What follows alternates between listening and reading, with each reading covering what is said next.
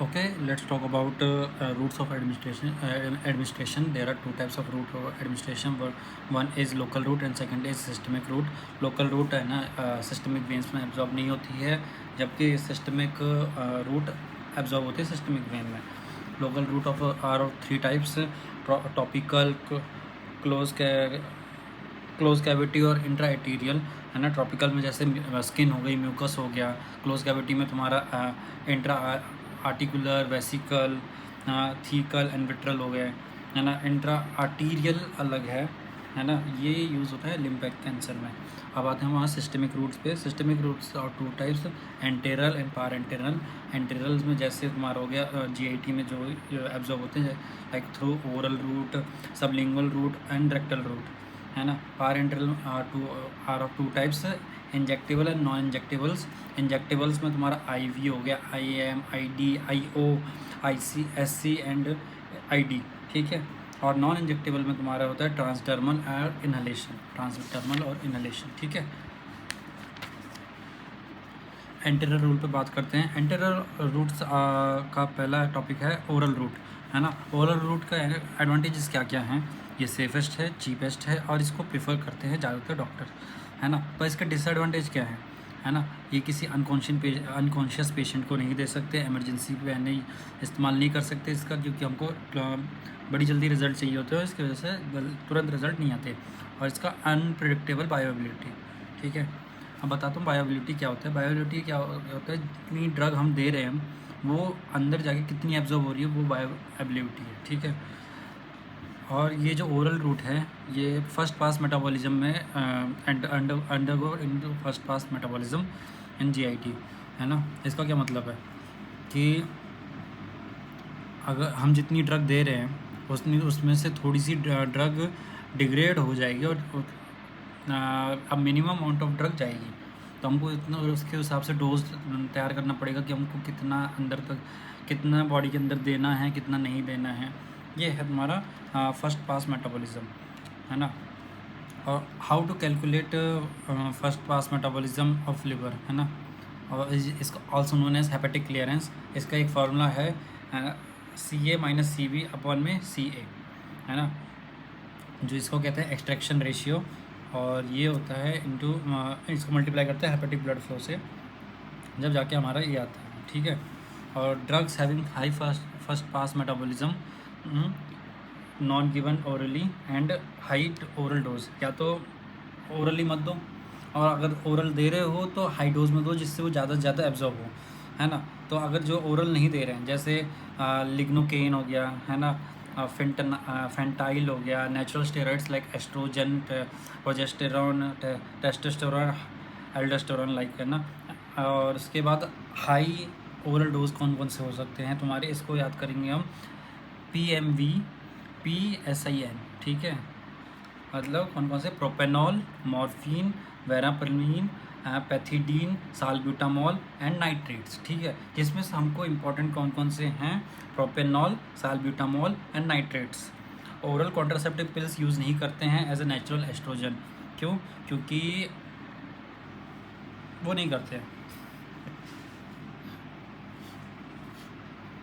क्योंकि उसकी bioavailability unpredictable है. That's why we can't use oral contraceptive pills as a natural estrogen. ठीक है. अब how to avoid first pass metabolism है ना, by giving all other systemic route except oral like sublingual और rectal और parenteral root. ठीक है. हाँ, सबलिंगुअल तुम्हारे जीभ के नीचे. ठीक है. लाइक इसके एग्जांपल कौन कौन से हैं, नाइट्रेट्स हो गया है ना, GTN, ISDN use in acute angina. और रेक्टल हो गया तुम्हारा बच्चों में देने के लिए है ना, जब आते हैं अनकॉन्शियस बच्चे जब ले नहीं पाते तो हम रेक्टल रूट इस्तेमाल करते हैं. लाइक रेक्टल डाइज़पाम है ना. इसका ड्रग ऑफ चॉइस है ये किसकी, फेब्रिल सीजर्स की है ना. अब बात करते हैं हम पाराटर्नल रूट्स पे. पाराटर्नल रूट्स में फर्स्ट आता है IV है ना. IV कौन सा हो गया तुम्हारा, IV आ गया इंट्रावीनस. तो इसमें नो सेलुलर बैरियर है, 100% बायोबिलिटी है, dose titration of drug. IV emergencies में दे सकते, सर्जरीज में प्रेडिक्टेबल बायोबिलिटी, क्योंकि 100% बायोबिलिटी है, जितनी डालोगे उतनी एब्जॉर्ब हो जाएगी. और इसका दूसरा है इनहेलेशन जनरल एस्थेटिक है ना.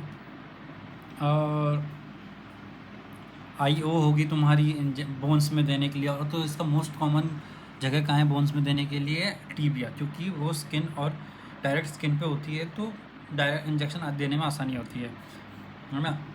फ्लूइड्स हो, वैसोप्रेसिन्स हो गए इसमें, और इसके एंगल वेंगल तो मेरे को पता ही है, तो इसमें कोई दिक्कत नहीं है। और बाकी IM में है ना, IM में आपको 2 टाइप की ड्रग्स मिलती हैं, वाटर सॉल्यूबल और लिपिड सॉल्यूबल, है ना।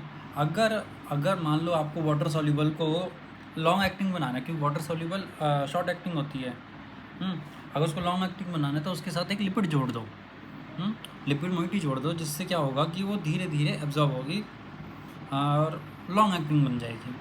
जैसे कि एग्जांपल हो गया तुम्हारा हेलोपेरिडोल, है ना, ये एक वाटर सॉल्यूबल ड्रग है, बट अगर इसमें हम एक लिक्विड मोइटी जोड़ेंगे तो ये लॉन्ग एक्टिंग बन जाएगी, ठीक है।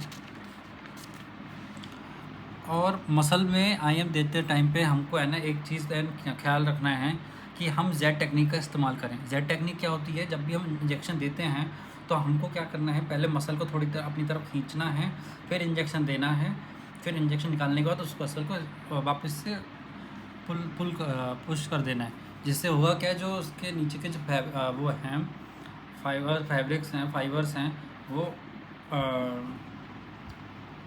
आपस में अलाइन कर जाएंगे और उसको ब्लड को निकलने नहीं देंगे, है ना। एग्जांपल इसका हो गया आयरन डेक्स्ट्रॉन और एंटीसाइकोटिक ड्रग। ट्रांसडर्मल रूट कौन कौन से होते हैं? ट्रांसडर्मल रूट में आप पैच यूज़ करते हो, पैच कहाँ? स्किन के थ्रू हो गया, है ना, और कहाँ कहाँ पे? पिन्ना के पीछे हो गया, और एक पोस्ट ऑरिकुलर पिन्ना, स्क्रोटम हो गया, फेस और नेक हो गया, है ना। साइट ऑफ लीस्ट एब्जॉर्प्शन, यहाँ पे जो स्किन है वो थिक हो, लाइक पाम एंड सोल, ठीक है। And dose of drug, dose कैसे पता करेंगे कितना डोज देना है हमको? उसके पैच का एरिया बढ़ा दो तो ज़्यादा ड्रग जाएगी, और कम कर दोगे कम ड्रग जाएगी, ठीक है। और इसमें कौन कौन से है ना हम पैच दे सकते हैं? निकोटीन पैच देते हैं स्मोकिंग सेसेशन के लिए, नाइट्रेट पैच देते हैं क्रोनिक अंजाइना के लिए, स्कोपोलामाइन डाइफ्लुमेड्रेट देते हैं मोशन सिकनेस के लिए, सेलिग्निल देते हैं डिप्रेशन के लिए, रिवास्टिगमाइन देते हैं अल्जाइमर डिजीज़ के लिए, रोटीगोटाइन देते हैं पार्किंसन के लिए, क्लोरिडीन देते हैं हाइपरटेंशन के लिए, और नेचुरल एस्ट्रोजन प्रोजेस्टेरोन देते हैं हार्मोन रिप्लेसमेंट थेरेपी के लिए। हाँ, इनहेलेशन पे बात करते हैं। इनहेलेशन लोकल और सिस्टमिक दोनों होते हैं। लार्ज पार्टिकल साइज हो, अगर 2 to 5 माइक्रो डायमीटर हो तो हम लोकल देते हैं, और सिस्टमिक मतलब कि हम वेन्स में पहुँचाना चाह रहे हैं तो small particle less than 2 micrometre, है ना। बायोबिलिटी क्या होती है? Fraction of drug reaches vein, है ना, with time in unchange form. Bioavailability of IV 100%, जैसे आपको बताया था, बाकी की लेस देन 100% होती है। इसका फार्मूला कैसे निकालेंगे हम बायोबिलिटी का, है ना। तो जो ग्राफ होता है इसका, उसको बोलिए area under curve of concentrating time graph oral और एनी रूट अपॉन में area of curve of concentrated time graph IV, है ना। इसकी कोई एन यूनिट नहीं होती क्योंकि ये फ्रैक्शन में आता है। इसका एग्जांपल हो गया तुम्हारा निफिडिपाइन, है ना, और थियोफाइलिन, है ना। फास्ट सडन एब्जॉर्प्शन है, हाइपरटेंशन देता है निफिडाइन, और थियोफाइलिन देता है देखो क्रॉनिक एंजाइम, क्रॉनिक अस्थमा में, है ना। और बायो इक्विवेलेंस क्या होता है? Compare बायोबिलिटी of 2 branches of same drug, है ना। अगर बायो इक्विवेलेंस होगा, अगर कोई भी ड्रग है, अगर वो मान लो थोड़ी अगर अलग अलग ब्रांड की, डिपेंड करती है अपने उसके फार्मूले के ऊपर, अगर वो 125% से 80% के बीच में वेरी करती है तो एक्सेप्टेबल है, एक्सेप्ट फिनोटाइन, है ना, एक्सेप्ट फिनोटाइन, क्योंकि ये ड्रग स्पेसिफिक ब्रांड की ही होनी चाहिए। Okay, thank you.